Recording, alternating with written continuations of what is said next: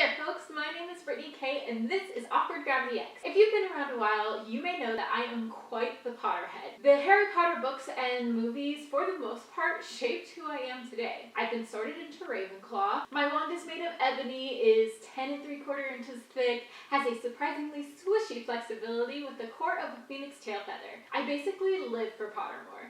I hear Harry Potter fans saying all the time, oh, I wish J.K. Rowling would write another Harry Potter book, I wish they'd release another Harry Potter movie, and it makes me wonder if they're even aware that the wondrous online world of Pottermore exists. If you're unaware, Pottermore is a magical place on the internet where J.K. Rowling herself continues to write and tell stories of the wizarding world. She's updated us on the lives of our beloved characters, she's given us more backstory and history of the wizarding world, she's created this place where the story didn't have to end just because the books did. The story continues on and the wizarding world begins to expand across the world, and we're no longer just talking about the UK anymore in terms of the wizarding world. As many of you are aware, a new Wizarding World movie is being released in November, and I have not been this excited about a movie since Deathly Hallows Part 2. Fantastic Beasts and Where to Find Them follows the journey of Newt Scamander, a Hufflepuff that has an affinity for magical creatures and travels to America. The movie takes place in 1926 New York, so it's obvious that now Potterheads are going to be curious about magic in America and how it's different to magic in the UK. J.K. Rowling is remedying these curiosities and has created a new collection on Pottermore called The History of Magic in North America. I can tell this collection is important because when I read it, I can tell that it sets up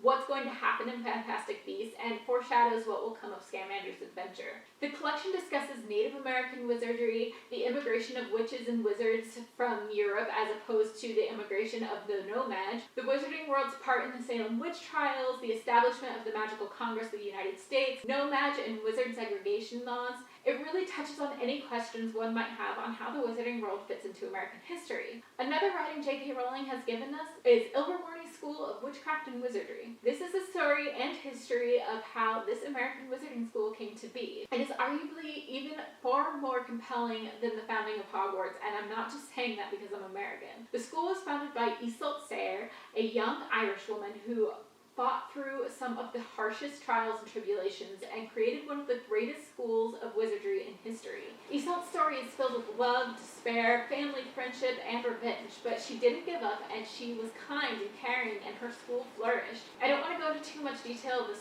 how the school came to be because I really want you to actually go to Pottermore and read it because it's such a fantastic story and I promise it will leave you with goosebumps. But furthermore, with the history of the school, Pottermore added the sorting ceremony for Ilvermorny. The sorting ceremony is written by J.K. Rowling herself, of course. I was sorted into Pukwudgie, which may sound like a silly name, but the Pukwudgie is a magnificent magical creature and the house is known to represent the heart and it usually favors healers. I think that I do quite align with the Pukwudgie as a creature, but also with what the house represents. And what's also interesting about this house, it was founded by a No-Maj, probably one of the first of its kind. I really wanted to make this video because the wizarding world didn't cease to exist at the end of the Harry Potter series. It continues to flourish. The history and the background of the wizarding world expands far beyond the UK and Hogwarts. There are other schools too, there are other magical places, and from time to time we get to check in on the characters we know and love. Aside from all of that, J.K. Rowling keeps us updated on the wonderful things she's bringing to us from the wizarding world. You can find out all the news and updates about Fantastic Beasts and Where to Find Them, or even the play The Cursed Child, which actually is carrying on Harry Potter's story farther. This video is obviously in no way sponsored, but I just truly love Pottermore and I actually love how they changed it.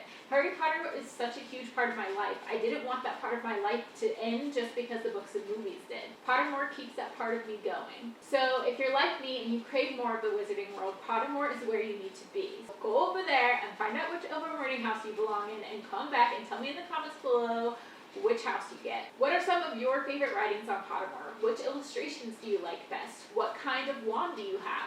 I want to know all about your wizarding world. If you like this video, please give it a big thumbs up.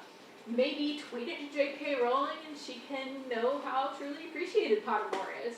But that's all I have for you guys today. I will see you very soon with a new video. Bye!